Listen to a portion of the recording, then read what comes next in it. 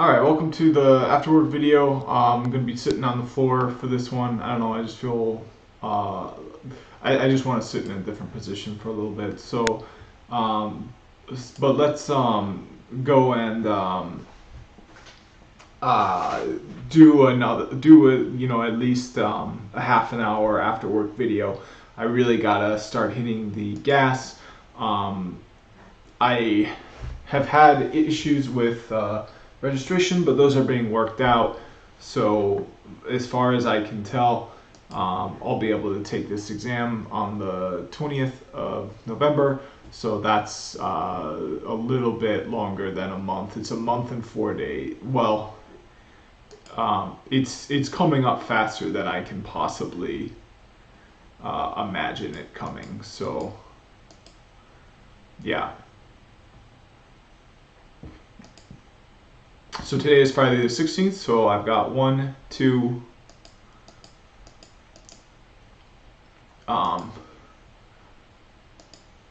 3, 4, 5 weeks left to study, and that's it. Okay, so let's pull up where I left off. I think I was in the middle of some troubleshooting.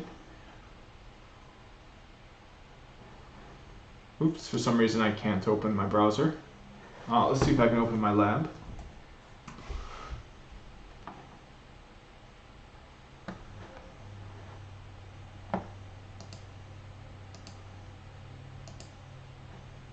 Okay, so I can open my lab, I just can't open my browser for some reason. Can I use a different browser? It looks like I can use a different browser. I guess I'm gonna try doing that.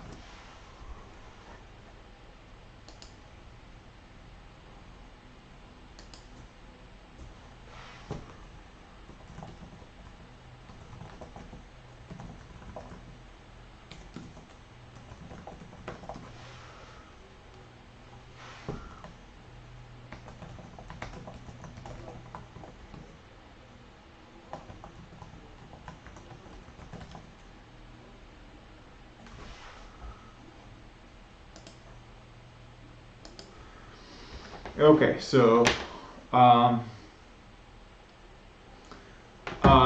okay, I think I'm good to go. Yeah, so unfortunately I had to use a different browser because my Chrome browser isn't working anymore, but I do have a different browser, so let's look at L3 VPNs, Interprovider. So yep, and I uploaded the last video, so we're gonna do a 8th video, and this is gonna be the last video. Hopefully I can get this working. Once I can do that, I'll mark it off and move on to the next one tomorrow. But 8 videos is quite a lot of videos, so I would like to move on from this as soon as possible. Granted, there were 2 topics, but as I said, I only have 5 weeks left to study at all. Okay, so what I wanted to do is just verify the configuration that I have versus another example of it where they have eBGP configured.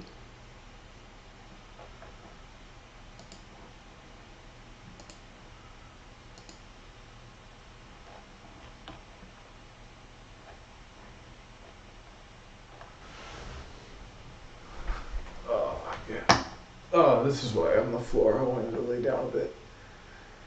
Oh, okay, so I'm sure this is a wonderful film school style shot here.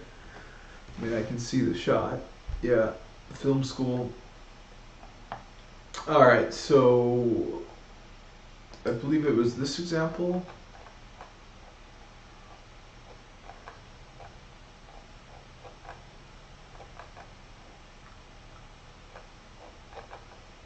Well, never mind that. Let's just keep going into the weeds and figuring out what the issue is. So I think the issue was that this BGP neighborship wouldn't come up.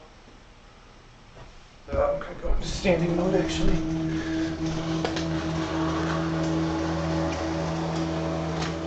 Yeah, I've got some papers that were rubbing against the wall.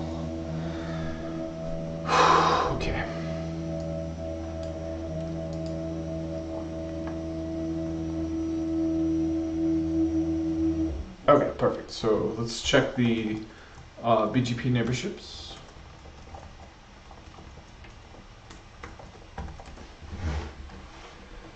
So we still got that issue where the neighborship is active.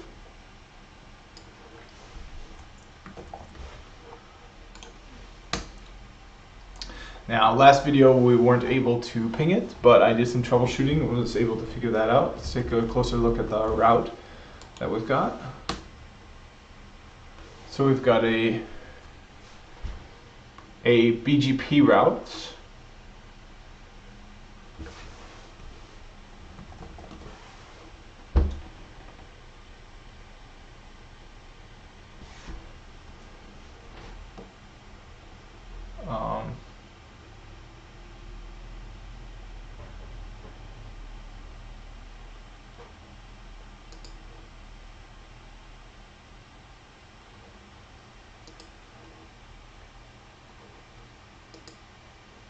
I've got to use this special browser here. So can you form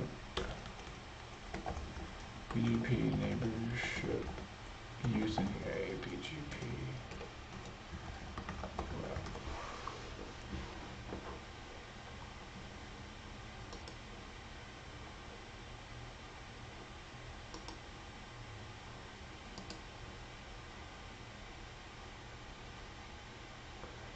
Yeah, so we're definitely forming eBGP neighborships on loopbacks. So we are going to need some special configuration.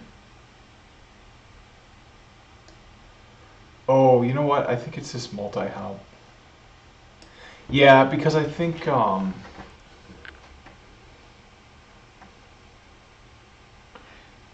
yeah, okay, I think I know how to do this.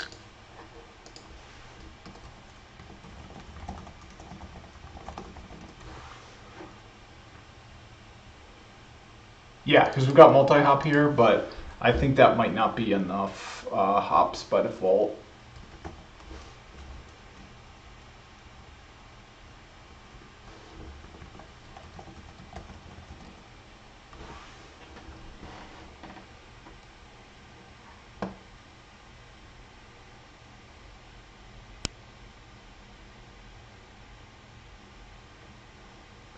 So there's going to be 3 hops, so I might need to specify how many hops I want. Let's take a closer look at that command.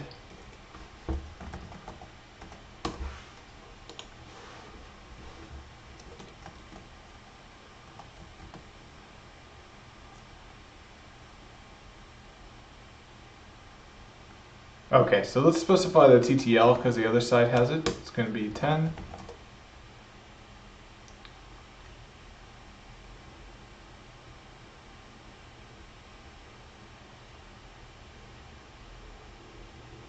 So we do have the option to not change the next hop in advertisements. I guess I'm curious to try that, but I'm not sure if that would be a good idea.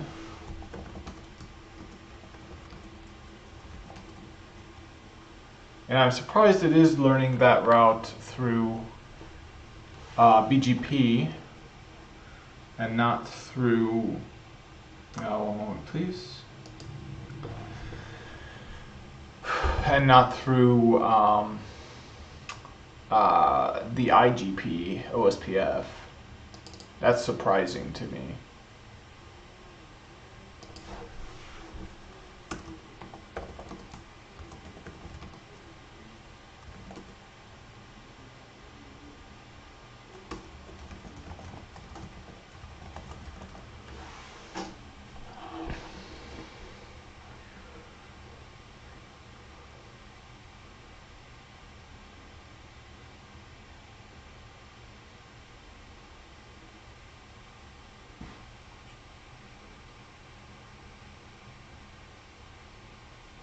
Huh.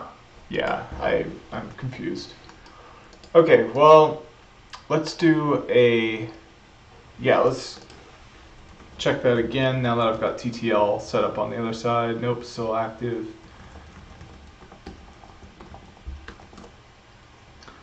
yeah, so it's learned through BGP.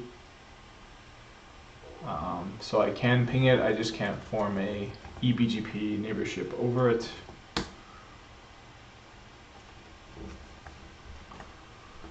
Huh, why can't I form a eBGP neighborship over it?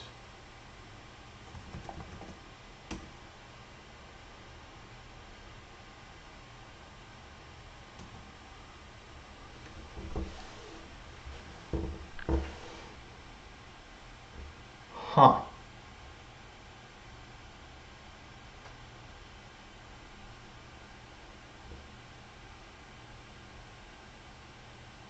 Well, let's take a look at the AS path. Oh, no, the AS path wouldn't do it. Why can't I form... Let's look at more options for the neighbor.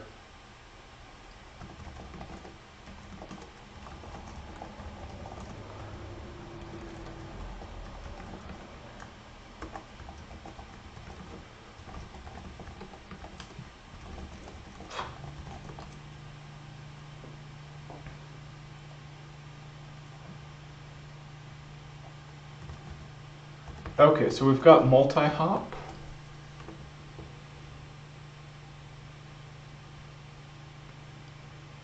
What if I try no next hop change? I'm guessing if I do that, it won't show up because it won't properly import into tables because it doesn't have a valid next hop.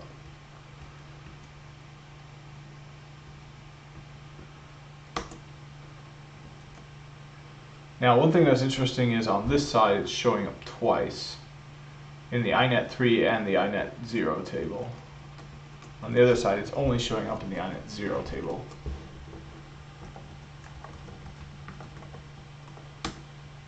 And I believe that's because I've got an extra knob turned on this side.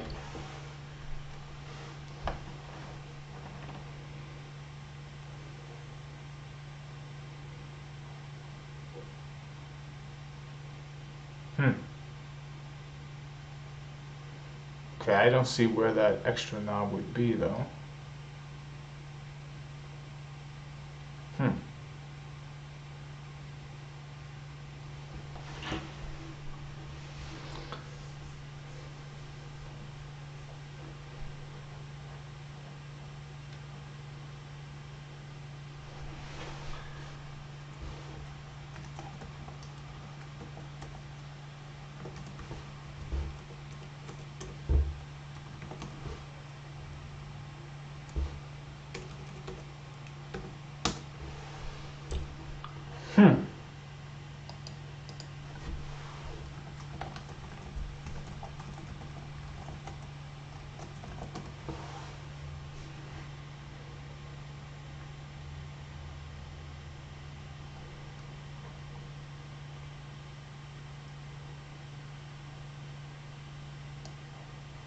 Okay, I'm going to get rid of that.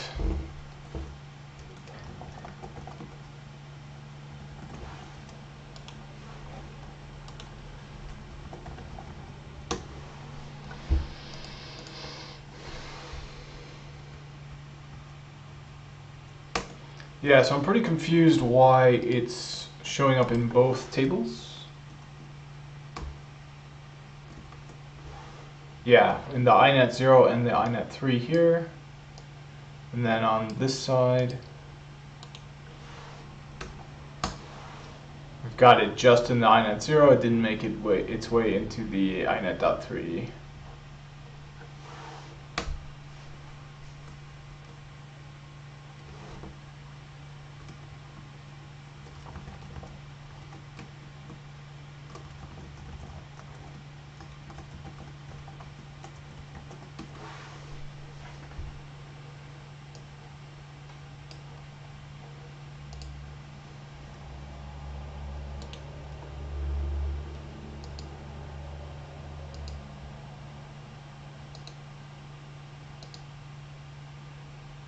Okay, I'm going to fix this up here so that it's a little bit easier to look at.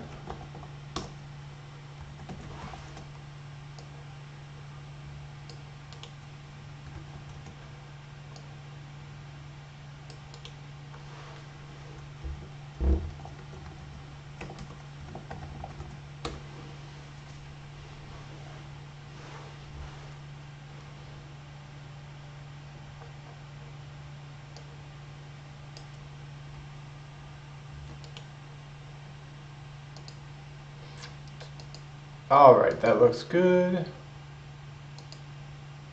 Okay, we got some differences here. Oh, it looks like the name is a little bit different. I'm going to fix this one up too because the name doesn't matter and it'll be easier to look at if it's named the same. So it's going to be -PE.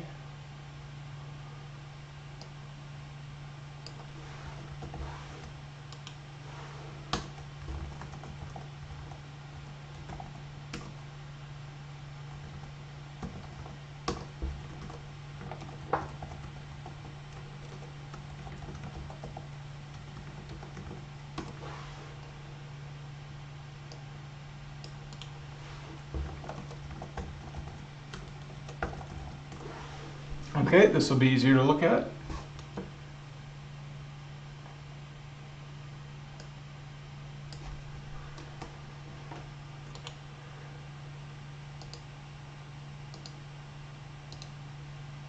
Oh, but the only problem with that is they switched orders for some reason. Remote PE is on the bottom here, and it's on the top here. Huh, that's interesting. But they do have the same configuration.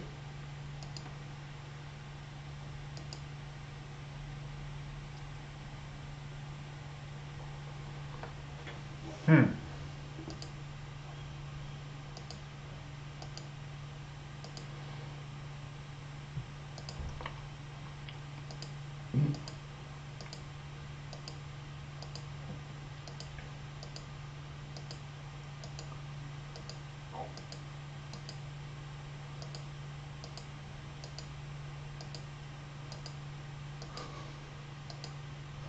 Wow, okay. Well, I don't know what's going on. I'm really surprised that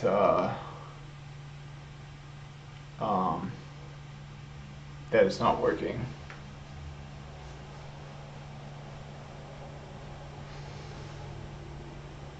Now, here's something that's interesting. We're allowing family iNet VPN.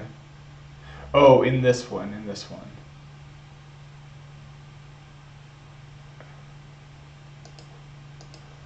Okay, yeah, I don't know. I'm tempted to just kind of give up, but I can't give up on the test.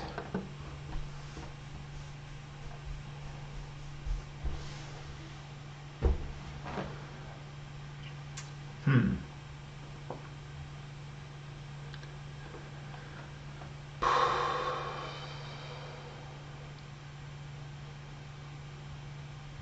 Yeah, it's learned through a label switch path.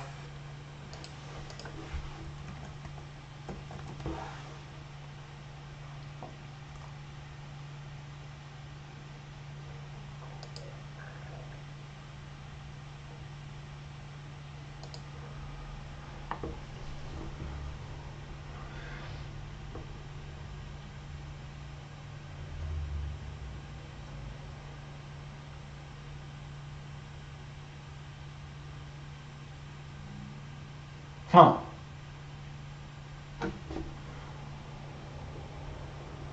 Yeah, why is this showing up in iNet 3 here, but it's not showing up in iNet 3 there?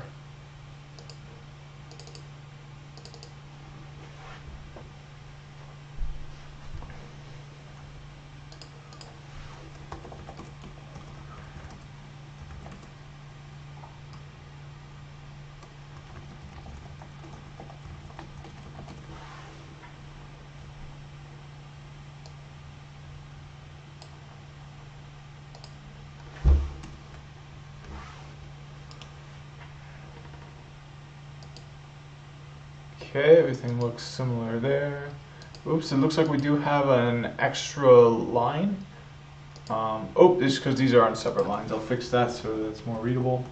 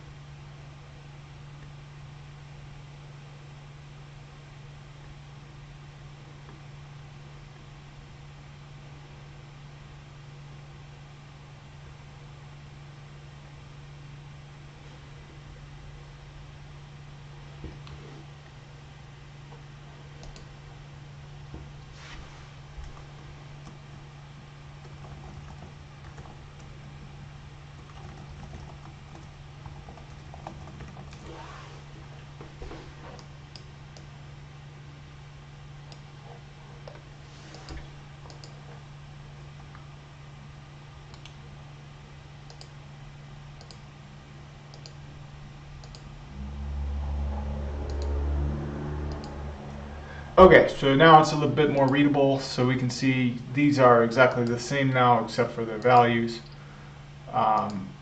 It looks like there's an extra line for so this could be the problem. We've got a local address. Oh well, it's just for the IBGP. Let's do that though, just for readability, like before. It's always good to have a nice and readable config that you can compare easily. So if there's minor differences that are inconsequential, whether it's written one way or the other, I think it's important to write them consistently across the routers. Oops, be nice if I could. There we go. There we go.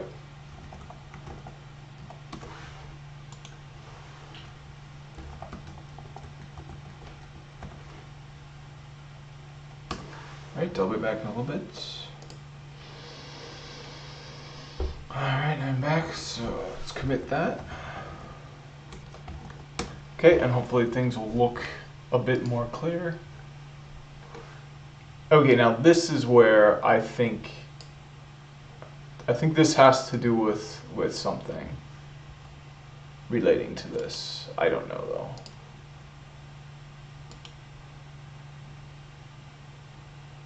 Okay, no, it looks good. So, yeah, everything, unfortunately. Oh, it looks like I used the wrong naming for that.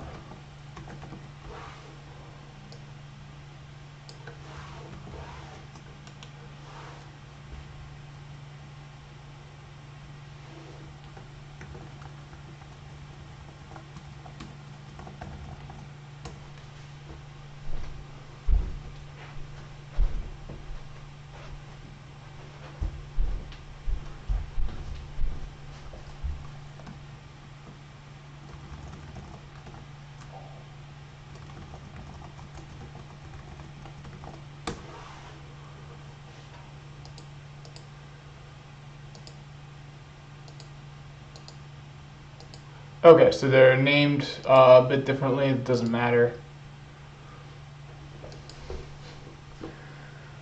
Okay.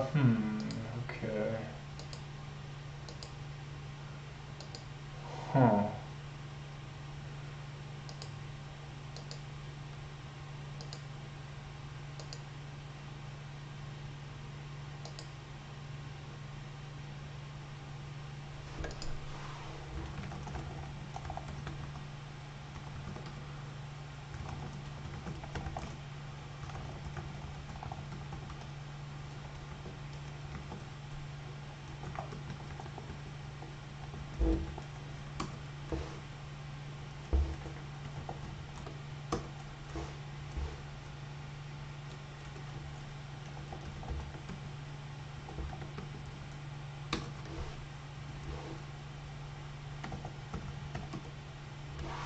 Okay, so let me think about what router this is. This is router C.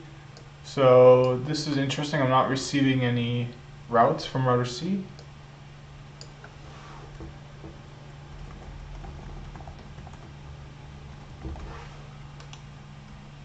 Here we go. So we've got 4 of them now.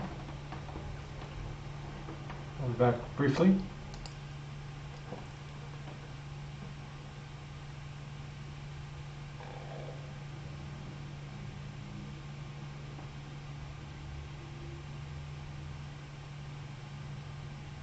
So this MEV4 is pretty interesting. But the thing is, we do have this route being learned, but for some reason the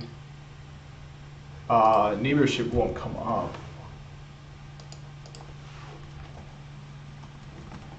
So let's try to dive in deeper and maybe take a look at why this is failing.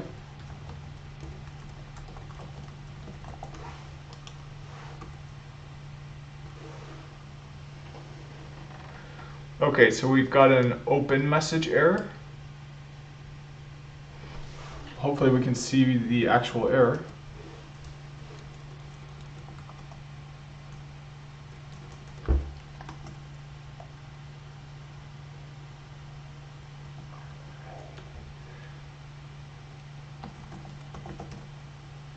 Okay, so let's try some trace options.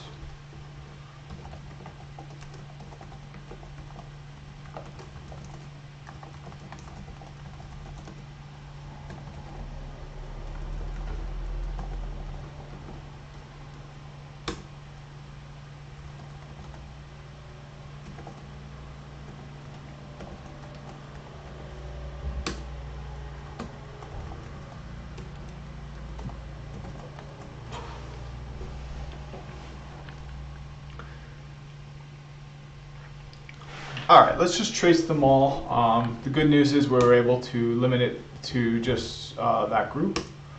So we'll do a commit and quit, and then we'll do a monitor start, and then we'll restart. Monitor start, and then I think I'll probably need to restart that neighbor. It might do it automatically. Let me just do a clear BGP neighbor. This, and then hopefully that will trigger some messages for it to start again. Yep.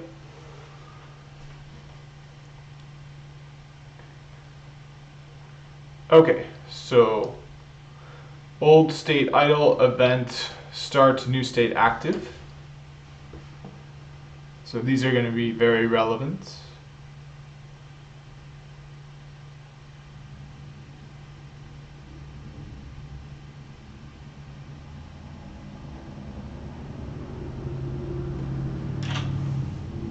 Oh, actually this looks relevant as well. Oh, right, new state active, because the old state was connect. So, yep, we can see old state active, connect, retry straight connect, so it goes into connect here.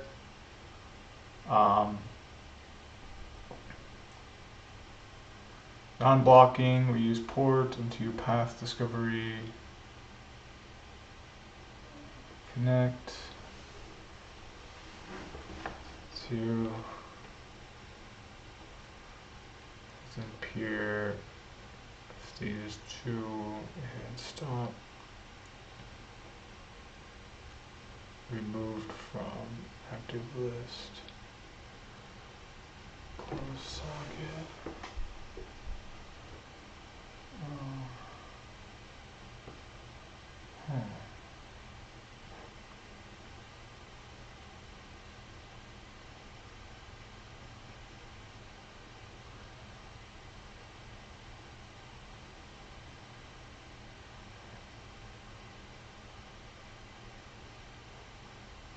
Huh.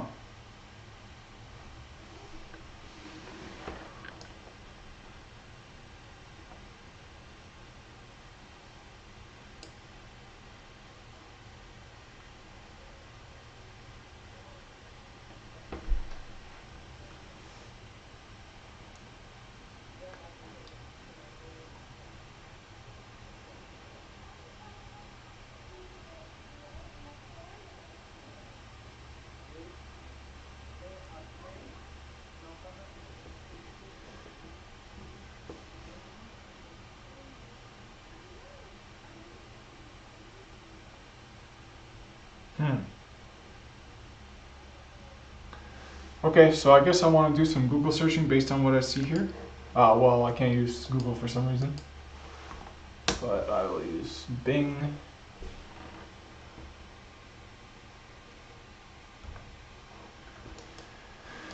That doesn't look good.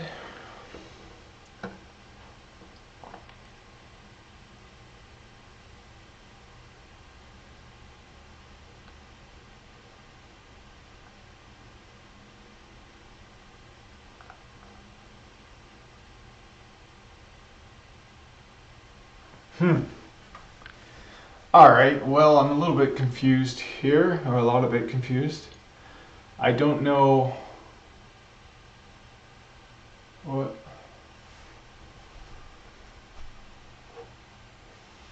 Oh, it looks like I got a bunch of new messages though.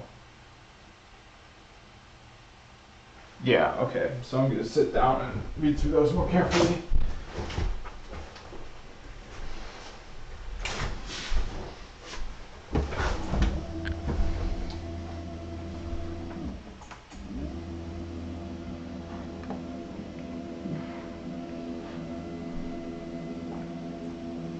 Perfect. So we've got these send messages here.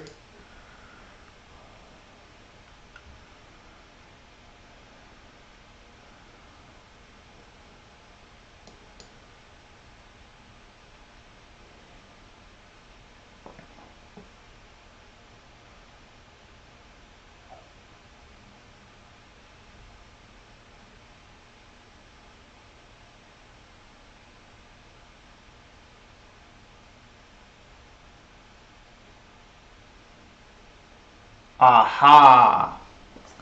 BGP NLRI mismatch. Mismatch NLRI.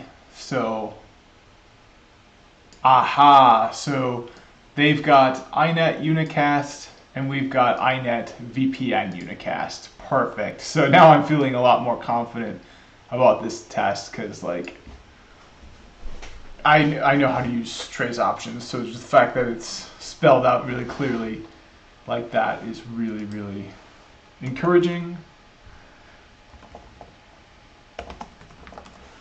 So I just need to remember to use trace options and not try to rack my brain. Okay, so the problem is we've got a mismatch in what sort of NLRI is enabled for BGP. So let's check that configuration.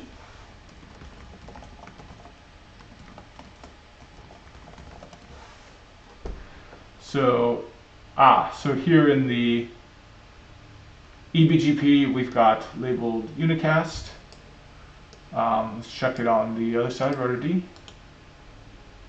Yep, we've got labeled unicast, so that looks good. Let's check router E.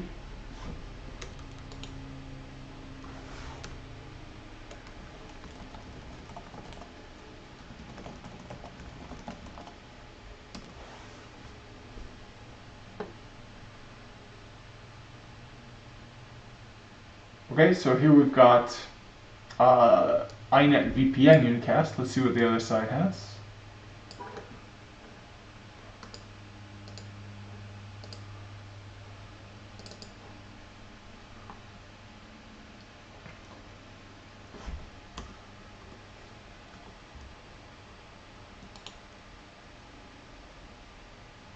Oh,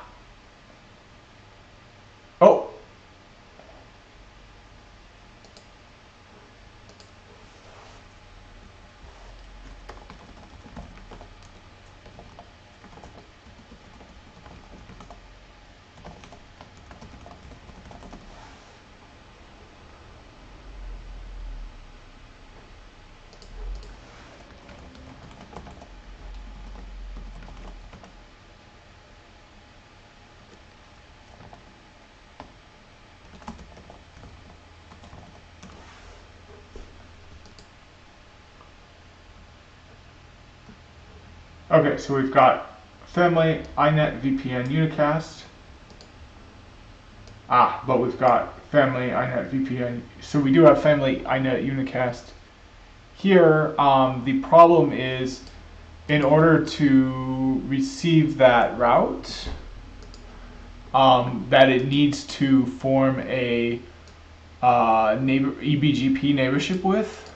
It's got to be able to accept iNet unicast as well. So I think the problem is we'll just need to enable another family that MPBGP can process. This iNet unicast family, once we've enabled that, it'll be able to form a neighborship with this, and then it will be able to pass the VPN traffic. So let's try that.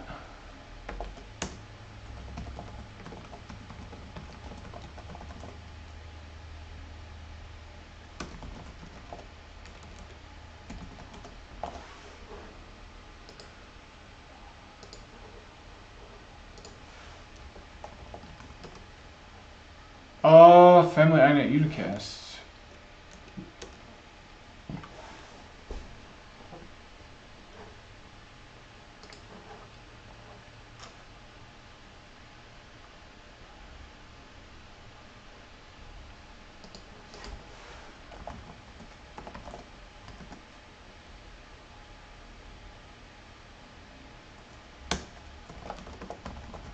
we go.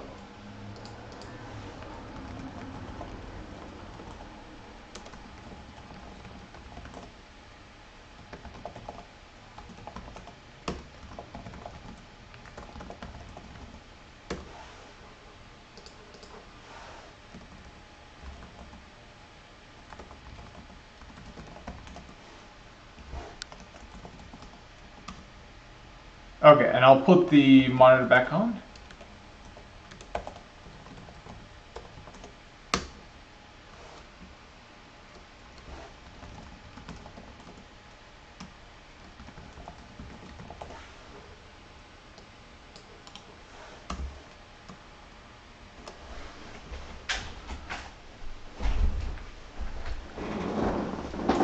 Okay, so we're still going to need to wait for that open message to get any useful information out of this.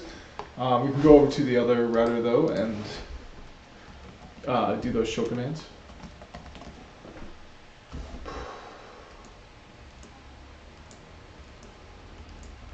Open sent.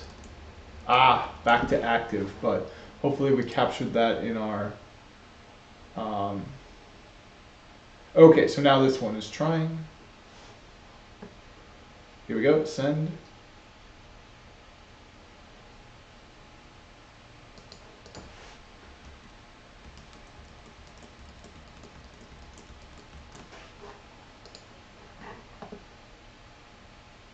Session deleted.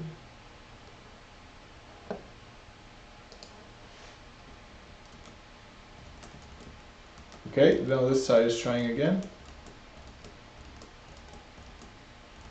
Back to active. So what is going on?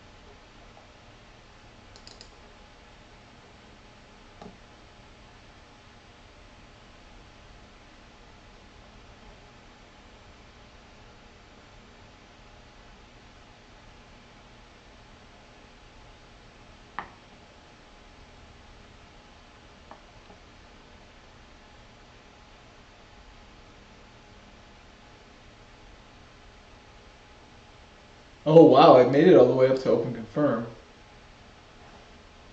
Alright, so maybe it's just working?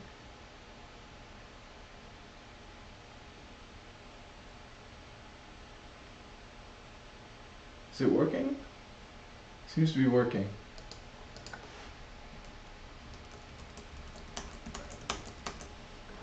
Oh, maybe it didn't make it to open confirm, it just tried to.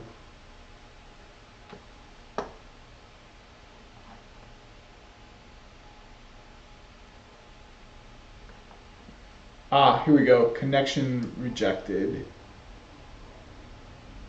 Maybe if I make one side passive.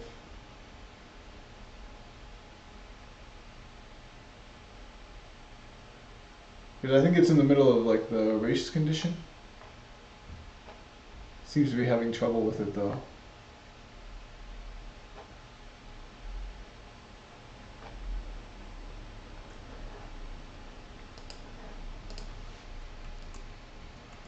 Okay, so I'll make this side passive maybe.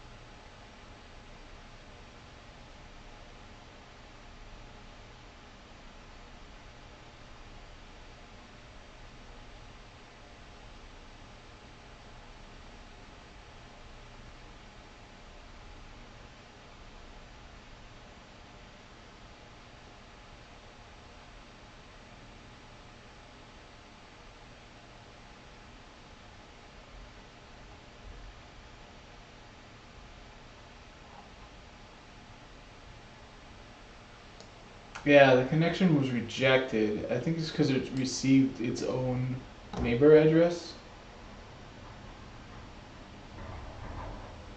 Yeah, because it's receiving.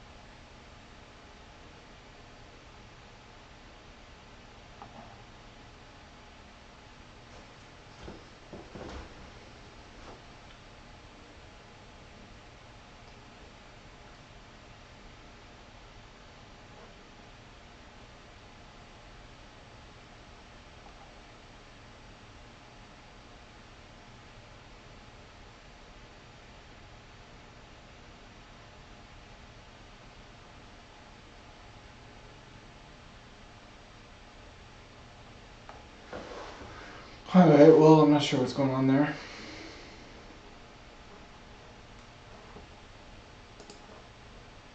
Okay, so we've got a new thing to look at here.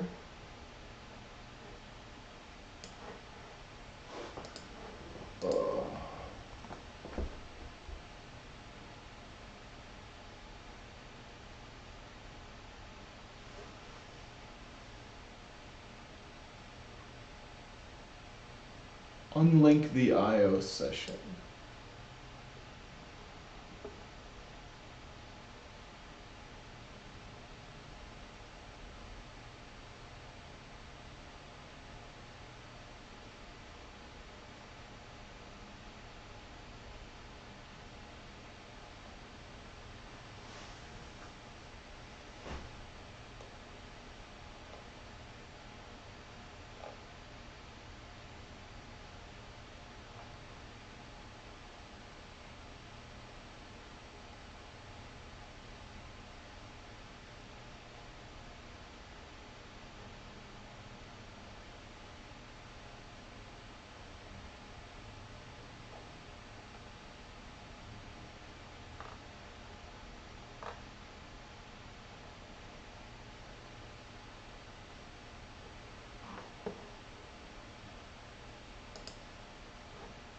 Huh.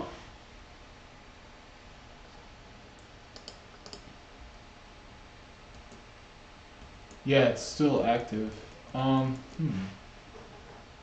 Okay.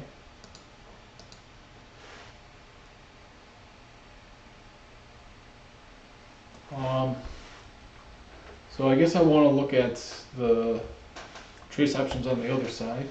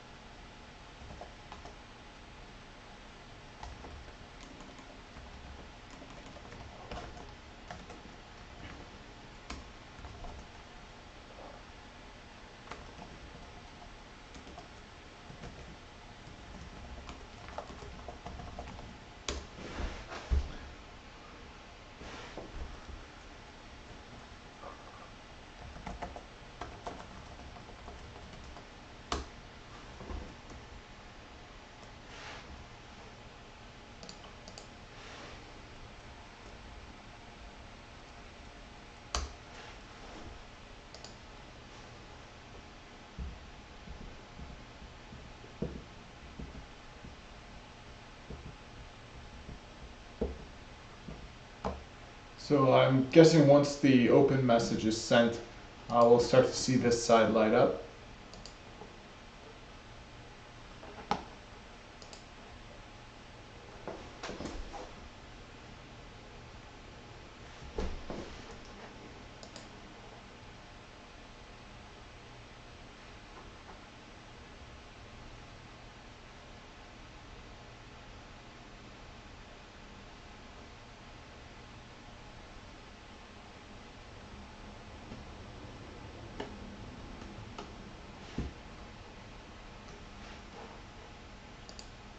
Here we go.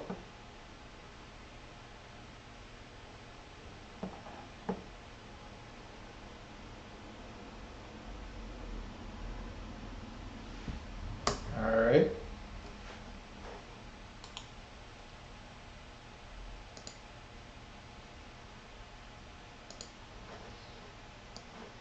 I wish I had Chrome. I'm used to using this browser.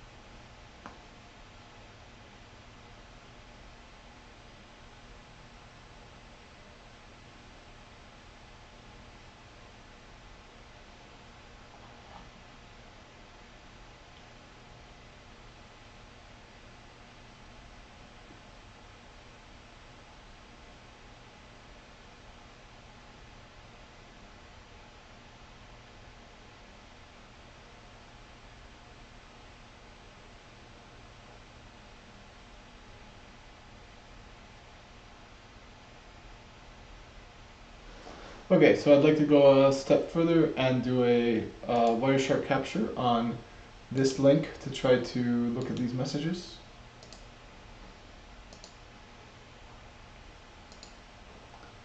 I want to get one of these open messages or notification messages.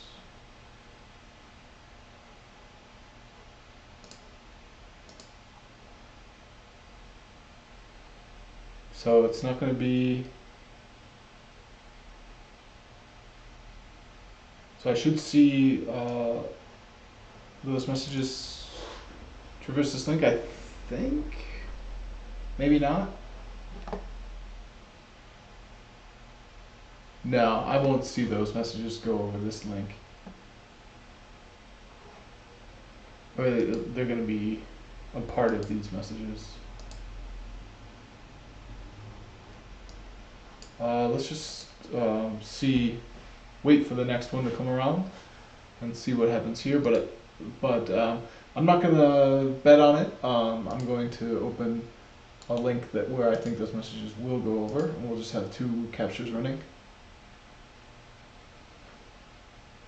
And of course I can do this using the CLI monitor traffic matching.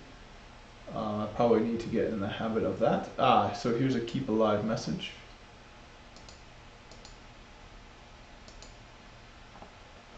Which is interesting that there's a keep alive message if there's no, if it's inactive.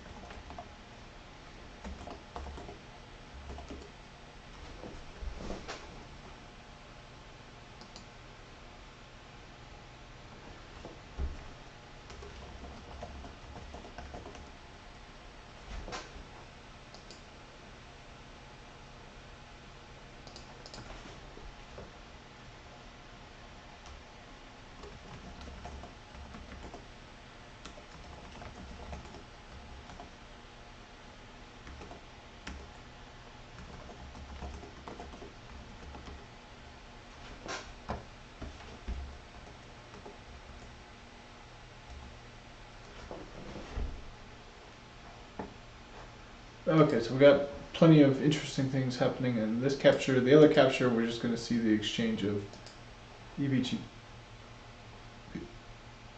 Oh. Okay, never mind. We're also going to see the stuff I expected to see.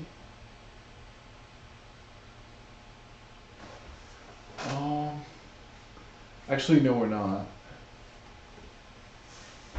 Unless this is it. Yeah, this is it. Why was the connection rejected?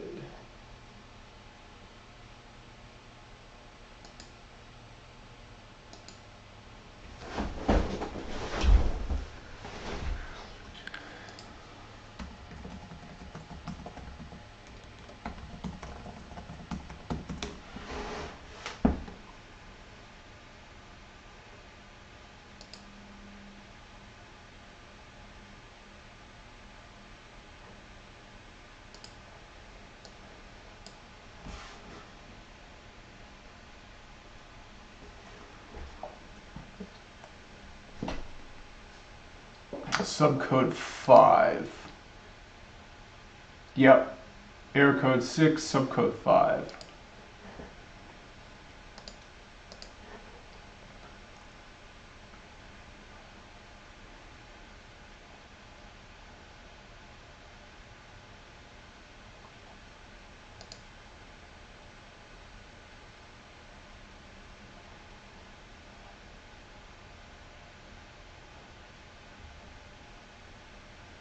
Oh, okay.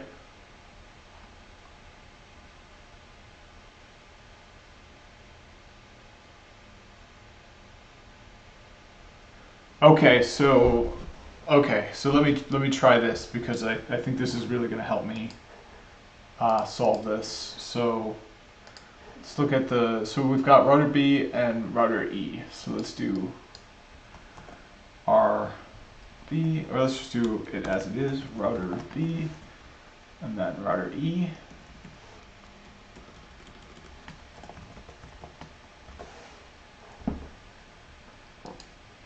Okay. I'll do a monitor stop on both of them. Okay. And we'll start with router B. Now let's go. Let's pull up the documentation and see what the local address is meant to be for router B.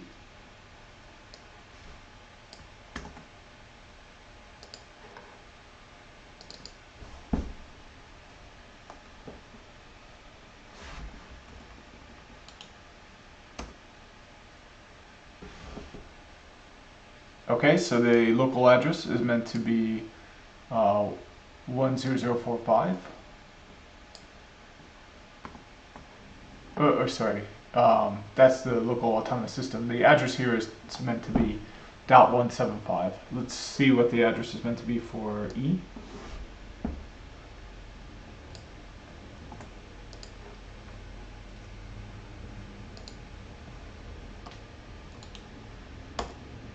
Okay, the local address for E is meant to be this.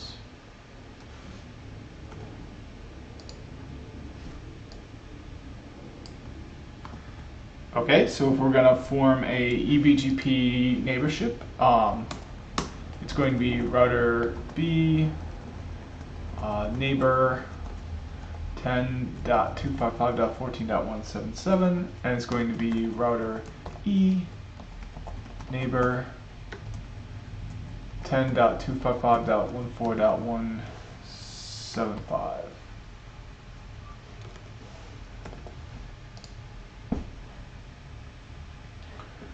Okay, so let's now verify that I do have them configured that way. So we'll start with router B.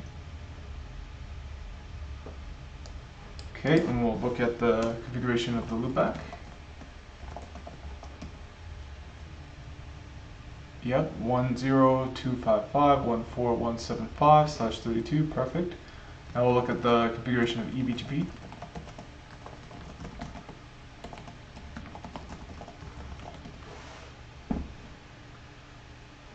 which is going to be here.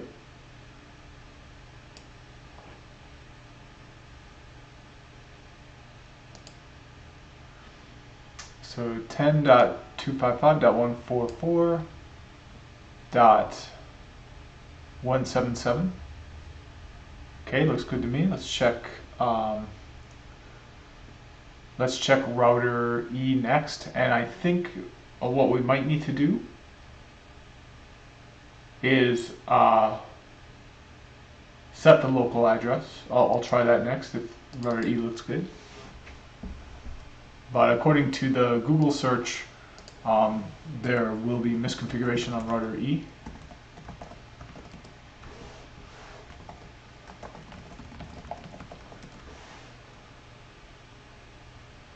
Okay, so router E, its own is going to be 10.255.14177. Okay, so let's look at the BGP configuration.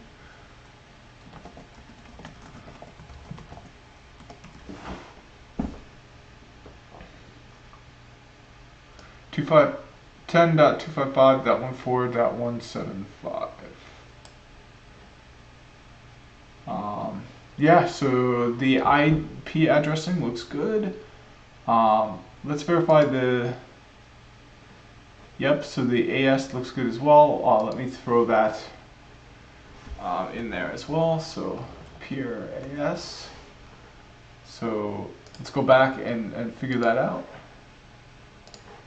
Start with router B. We'll take a look at the local AS.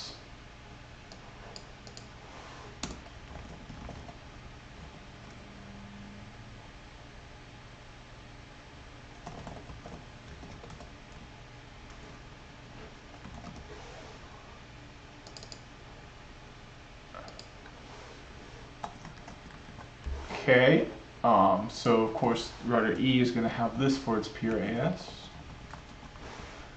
Okay, and then let's figure it out the same way on the other router.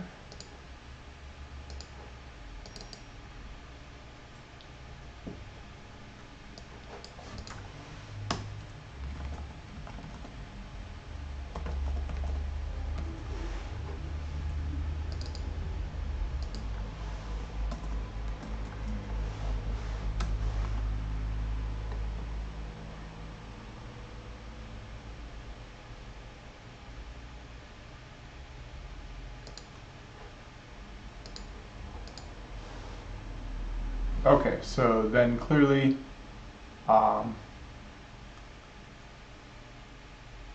yeah, router B's pure AS is going to be this. So let's verify that. So right now we're on router E. Let's go back to router B.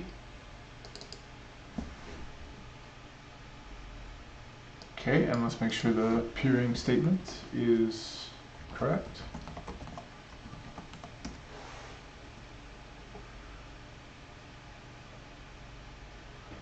Okay, so here's the group to the remote.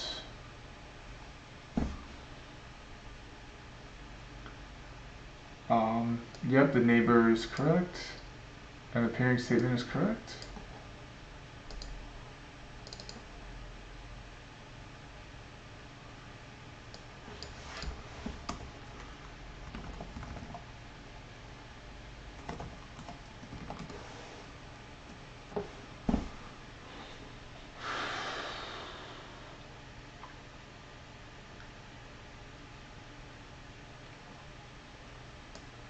Okay, so yeah, it looks good.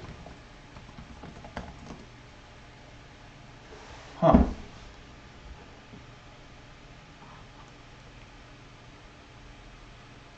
Huh.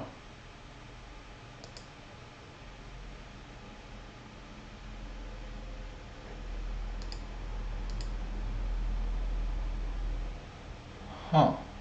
I am really confused.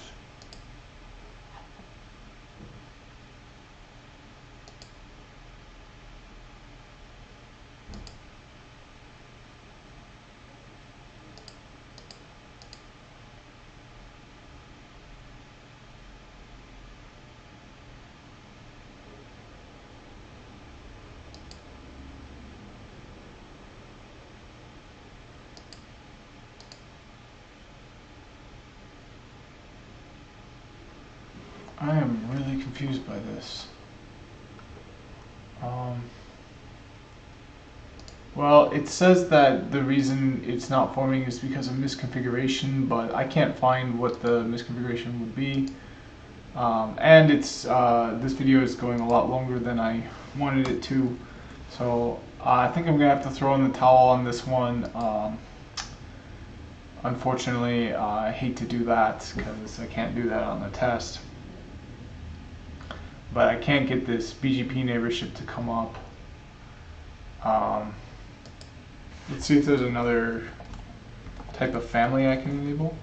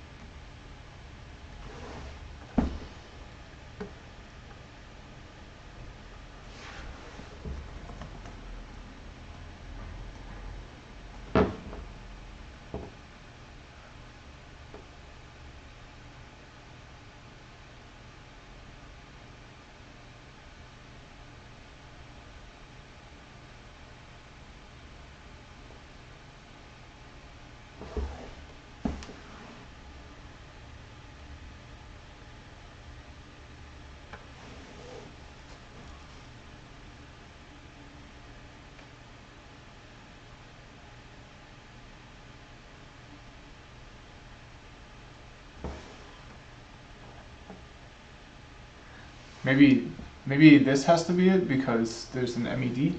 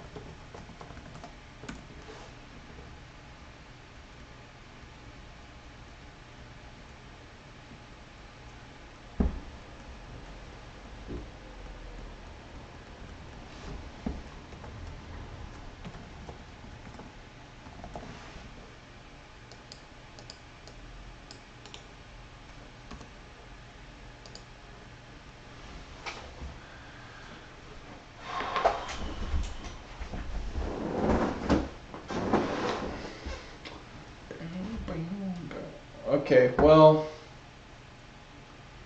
yeah, I'm gonna need to stop it.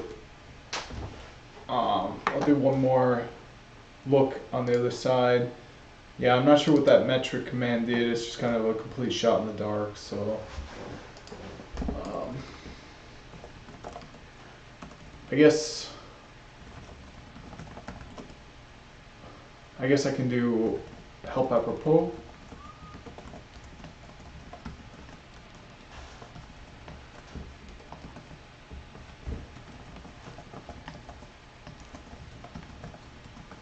Yeah, like that.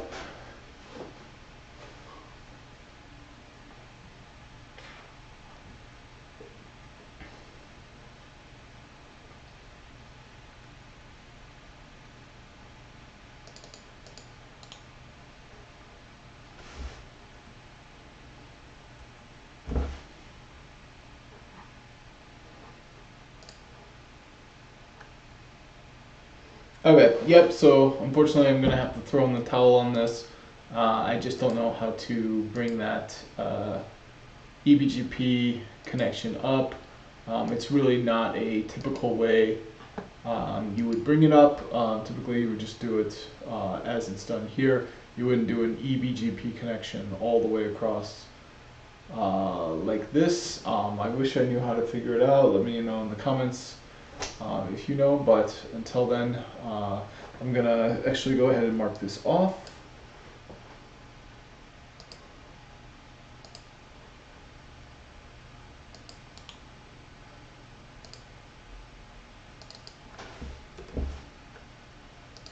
Okay, and I'll see you in the next one where we do PE/CE routing variations. Thanks for watching. See you in the next one.